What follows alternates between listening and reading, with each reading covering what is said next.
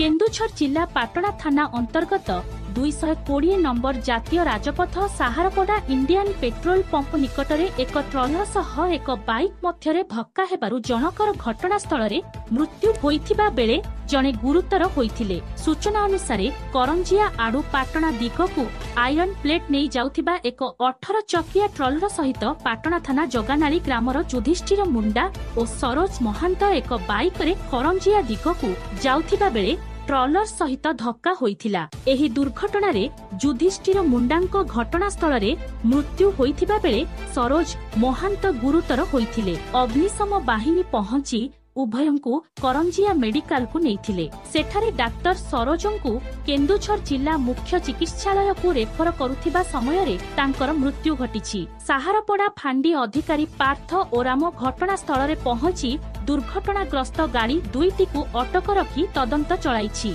केन्दुझररु Dasharath बारिकंक report, Shrikshetra news.